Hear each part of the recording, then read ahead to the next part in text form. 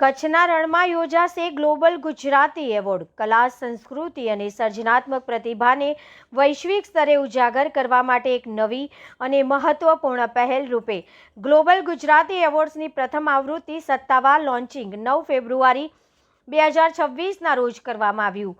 આ એવોર્ડ્સનું આયોજન AR9 holidays private limited દ્વારા રહ્યું છે, જેમાં 7 માર્ચ કલ્ચરલ નાઇટ, જેમાં આવેલા મહેમાનોને કચ્છની ભાતીગળ સંસ્કૃતિ દર્શાવતો સાંસ્કૃતિક કાર્યક્રમ, અને 8 માર્ચે ભવ્ય એવોર્ડ નાઇટનું આયોજન ગુજરાતના વૈશ્વિક ઓળખ ધરાવતા સ્થળ કચ્છ યાત્રા રિસોર્ટ ધોરડો ખાતે કરવામાં આવશે. આ એવોર્ડ્સના આયોજન અંગે AR9 હોલિડેઝ પ્રાઇવેટ લિમિટેડના ડાયરેક્ટર તથા કચ્છ યાત્રા રિસોર્ટના સ્થાપક શ્રી અરવિંદ રૂપાલિયાએ માહિતી આપી.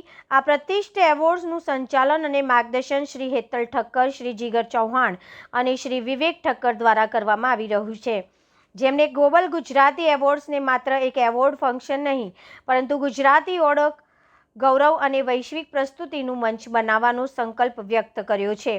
ગ્લોબલ ગુજરાતી એવોર્ડ્સ અંતર્ગત કલા, સંસ્કૃતિ, ક્રિએટર્સ, ફિલ્મ અને સંગીત ક્ષેત્રમાં ઉત્કૃષ્ટ યોગદાન આપનાર અને 40થી વધુ કેટેગરીમાં સન્માનિત કરવામાં આવશે. તમામ એવોર્ડ્સ માટે એક અમદાવાદ ખાતે એક પસંદગી સમિતિ. ગ્લોબલ ગુજરાતી એવોર્ડ્સ જેવી પહેલ કચ્છ માટે ગૌરવની બાબત છે. કચ્છ માત્ર પ્રવાસનું કેન્દ્ર નથી, પરંતુ હવે તે ગુજરાતી કલા અને સંસ્કૃતિના વૈશ્વિક ઉત્સવને કેન્દ્ર બનવા જઈ રહ્યું છે. કચ્છ માટે આ એક ગૌરવપૂર્ણ અવસર છે કે અમે આ પ્રથમ આવૃત્તિનું આયોજન કરી રહ્યા છીએ અને કચ્છ યાત્રા રિસોર્ટમાં ગુજરાતની ઓળખને વૈશ્વિક મંચ મળી રહ્યો છે. તેમણે વધુમાં જણાવ્યું હતું કે 7 અને 8 માર્ચની સાંસ્કૃતિક કાર્યક્રમ એ માત્ર કાર્યક્રમ નહીં, પરંતુ ગુજરાતની આત્મા, પરંપરા અને આધુનિક સર્જનાત્મકતાનું સંયોજન બની રહેશે. ત્યારે આયોજક મિત્તલ પટેલ જણાવ્યું હતું કે કચ્છની આ જનતા આ કાર્યક્રમને ઉત્સાહભેર ઉજવશે. પ્રધાનમંત્રી શ્રી નરેન્દ્ર મોદી સાહેબના ઇન્ક્રેડિબલ ઇન્ડિયાના સપનાને સાકાર કરવાની દિશામાં ગ્લોબલ ગુજરાતી એવોર્ડ ચોક્કસ દિશામાં સહયોગી બનશે તેવી આશા વ્યક્ત કરતા તેઓ સમગ્ર ટીમનો હૃદયપૂર્વક આભાર વ્યક્ત કરે છે. જ્યારે કચ્છને પોતાની એક અલગ છાપ ઊભી કરીને વિશ્વમાં પોતાની એક અલગ છાપ ઊભી કરી છે, ત્યારે આયોજકોએ કચ્છ અને કચ્છની જનતા ઉત્સાહભેર જોડાવા આહવાન આપ્યું છે. ઘણા સમયથી કચ્છની અંદર તો અમે પટેલ બિઝનેસ એક્ઝિબિશનો બી કર્યા છે અને ખાસ કરીને અમે ટુરિઝમ સાથે સંકળાયેલા છીએ અને અમદાવાદ બેઝ અત્યારે અમે આ બધું ડેવલપમેન્ટ કરી રહ્યા છીએ. આપણી જે આ સંસ્થા છે ગ્લોબલ ગુજરાતી એવોર્ડ, જે એસોસિએટ છે ગુજરાત ટુરિઝમ સાથે, તો સરસ મજાનું એક 7 અને 8 માર્ચના દિવસે કચ્છના રણ ઉત્સવને હાઇલાઇટ કરવા માટેના ઉદ્દેશથી કચ્છના રણોત્સવમાં કચ્છ યાત્રા નામનો એક રિસોર્ટ છે, જેની અંદર આપણે આ કાર્યક્રમ કરવા જઈ રહ્યા છીએ. સાહેબ, ઘણા સમયથી એવું એક હતું કે આપણા કચ્છના રણોત્સવમાં કેટલા બધા આર્ટિસ્ટો પોતાનું પરફોર્મન્સ તો કરી રહ્યા છે, તો એ લોકોને ગ્લોબલી જે પ્લેટફોર્મ મળવું જોઈએ ને એ ક્યાંક ને ક્યાંક ના મળતું હોય, એટલે બધા લોકો ત્યાં સુધી પહોંચ્યા ન હોય.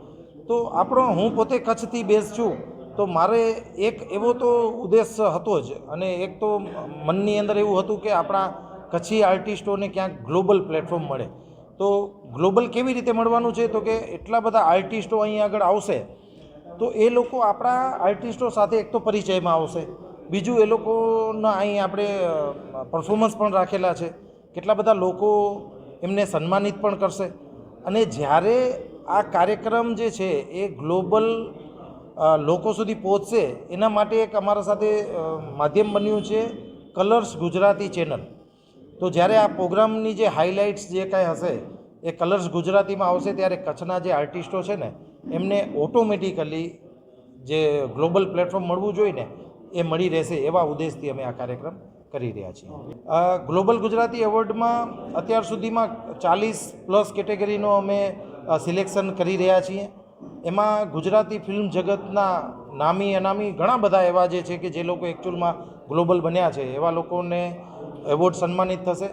કચ્છના એવા 4 થી 5 નામ, જે મોટા જે નામ છે એ નામ અત્યાર સુધીમાં નોમિનેશન થઈ ચૂક્યા છે.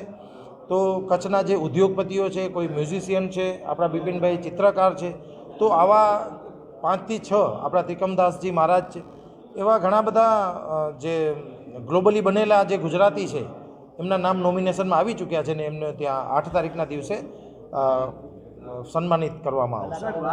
40+ કેટેગરી છે આપણે નક્કી કરેલી છે. 40થી 50ની વચ્ચે લોકોને એવોર્ડ આપવામાં આવશે અને કરીબ 50 જેવા લોકો એવા છે કે જે 7 તારીખના દિવસે કચ્છી કલ્ચર જે કાર્યક્રમ કર્યો હશે ને અપકમિંગ જે આર્ટિસ્ટો હશે એમને મોમેન્ટોથી સન્માનિત કરવામાં આવશે. 7 તારીખે સવારે ત્યાં નાનો એક્ઝિબિશનથી સ્ટાર્ટ થશે. પોતાની પ્રોડક્ટનું લોન્ચિંગ પણ ઘણા લોકો કરવાના છે અને 7 તારીખના બપોરે 5 વાગ્યાથી કરીને રાત્રે 11 વાગ્યા સુધીનો આ કાર્યક્રમ થશે. 8 તારીખના દિવસે અને તે દિવસે 7 તારીખના જ બધા જે ગુજરાતના જે સેલિબ્રિટી લોકો છે એ તો આવી જ ગયા હશે. એમની સાથે ગેટ ટુગેધર, સાંજનું ડિનર પણ આપણે બધા એ લોકો સાથે લેશું. 8 તારીખના દિવસે સવારના ભાગમાં રણોત્સવની મુલાકાત લેશું, વ્હાઇટ રણની, રોડ ટુ હેવનની મુલાકાત લેશું અને પાછો સાંજે 5 વાગ્યાથી રાત્રે 11 વાગ્યા સુધી ગ્રાન્ડ ઇવેન્ટ થવાની છે, જેમાં પરફોર્મન્સની સાથે અવોર્ડનો સન્માનિત કાર્યક્રમ રાખવામાં આવેલો છે. ઘણી બધી કલાઓ એવી છે કે લુપ્ત થવાની આ રીતે. પત્રકાર મિત્રો જે વાત કરી, તમે લોકો આખા કચ્છમાં અને આખા ગુજરાતમાં ફરતા હો છો કવરેજ માટે, તો તમારા ધ્યાનમાં એવી જે કલા, એવા આર્ટિસ્ટો હોય છે કે જેનું ધ્યાન અમારા સુધી દોરજો. અમે લોકોને એટલો બધો ખ્યાલ ન હોય કે ત્યાં અમે પહોંચી શકીએ, પણ તમારા માધ્યમથી જો એકચ્યુઅલ રિયલ ડાયમંડ જો અમને મળશે ને તો અમે ત્યાં આગળ એમને પ્લેટફોર્મ આપવાની પૂરેપૂરી કોશિશ કરશું કે જે લોકોને અત્યાર સુધી પ્લેટફોર્મ નથી મળ્યું એવા લોકોની પહેલી પ્રાયોરિટી રાખશે. ગુજરાત ટુરિઝમને વાત કરી તો ગુજરાત ટુરિઝમનો મેઇન ઉદ્દેશ એ જ હોય કે ગુજરાતના જેટલા પણ ટુરિસ્ટ ડેસ્ટિનેશન છે ત્યાં આગળ એવોર્ડનો કાર્યક્રમ રાખીએ. ડેસ્ટિનેશન એવોર્ડનું મહત્ત્વ એ હોય કે ત્યાંની જે કલા, ત્યાંની સંસ્કૃતિ, એ લોકોને જે આ સેલિબ્રિટી લોકો છે ને એ ઉજાગર કરે. તો ખાસ કરીને પહેલું જ પ્રાયોરિટી અમારી છે કચ્છનો રણોત્સવ. આના પછી સેકન્ડ, અત્યારેથી 4 ડેસ્ટિનેશન સિલેક્ટ થઈ ચૂક્યા છે. પહેલું છે કચ્છનો રણોત્સવ, સેકન્ડ આવતા વર્ષે થશે સ્ટેચ્યુ ઓફ યુનિટી, એમના પછી જે થશે એ થશે દ્વારકા. તો અત્યાર સુધી આ 3 ડેસ્ટિનેશન અમારા ફાઇનલ છે. એના પછીનું શાયદ અયોધ્યા પણ હોઈ શકે. આવી રીતના અમે ડેસ્ટિનેશન પસંદ કરી છે જે ટુરિસ્ટના ડેસ્ટિનેશન હોય છે. અત્યાર સુધીમાં સિદ્ધાર્થ રાદેડિયા સાહેબ જે આપણા ગુજ્જુભાઈ છે, એવા મુંબઈથી પણ આપણા ગુજરાતી આર્ટિસ્ટો છે. પછી હિતુ કનોડિયા છે, એમના વાઈફ છે. મલ્હાર ઠાકરના વાઈફ પૂજા જોશી છે. પછી લાલો ફિલ્મની અંદર જે એક્ટ કરેલા છે એવા આપણા કૃષ્ણ ભગવાન જે બનેલા છે, તો એ સાહેબ પણ છે. એવા નામી અનામી કરીબ 40+ આર્ટિસ્ટો અમારા સાથે કન્ફર્મેશન આવી ચૂક્યું છે, જેમની માહિતી અજયભાઈ આપણા સુધી પહોંચાડી જ દેશે. તો 40+ લોકો આર્ટિસ્ટો અત્યાર સુધીમાં આપણા સાથે સિલેક્ટ થઈ ચૂક્યા છે. 7 તારીખના દિવસે હું મીડિયાના માધ્યમથી ખાસ તમને બધાને એક મિત્રતાના ભાવે પણ કહું છું કે લોકો સુધી આ મેસેજ પહોંચાડજો કે 7 તારીખનો દિવસ એ ટોટલી ફ્રી છે. કોઈ એની અંદર ટિકિટ રાખવામાં આવેલી નથી. કચ્છના લોકોને વ્હાઇટ રણમાં આવવા માટે જે કોઈ પણ જે સગવડ હોય એમાં ગવર્મેન્ટના પણ બધા પ્લેટફોર્મ હશે, પણ બહુ દૂર પણ નથી, એટલે લોકો કચ્છના રણોત્સવ તો આવતા જ હોય. તો વધુ ને વધુ કચ્છી લોકો કે ગુજરાતી લોકો આ કાર્યક્રમને માણવા આવે એવી હું લોકો પાસેથી અપેક્ષા રાખું છું. 8 તારીખના દિવસે જે આપણી ટિકિટ સાઇઝ છે એમાં 3 કેટેગરી રાખવામાં આવી છે. 2000 રૂપિયાથી ટિકિટ સ્ટાર્ટ થાય છે. 2000 રૂપિયાની એક ટિકિટ છે, એમાં એક છે 5000 અને બીજી છે જે એકદમથી VVIP છે, જે આર્ટિસ્ટો સાથે બેસીને પ્રોગ્રામ માણવાનો અને ડિનર કરવાનો, એની 10,000 રૂપિયા છે. એમાં સ્પોન્સરો, કો સ્પોન્સર, ટાઇટલ સ્પોન્સર, એસોસિએટ પાર્ટનરો, આ બધા માટેની પાસની વ્યવસ્થા પણ આપણે કરવામાં આવેલી. ગુજરાત ટુરિઝમ તરફથી એક તો બધી અમને પ્રકારની સુવિધાઓ મળે છે કે જે પ્રશાસન સાથે રહીને કામ કરવાની હોય.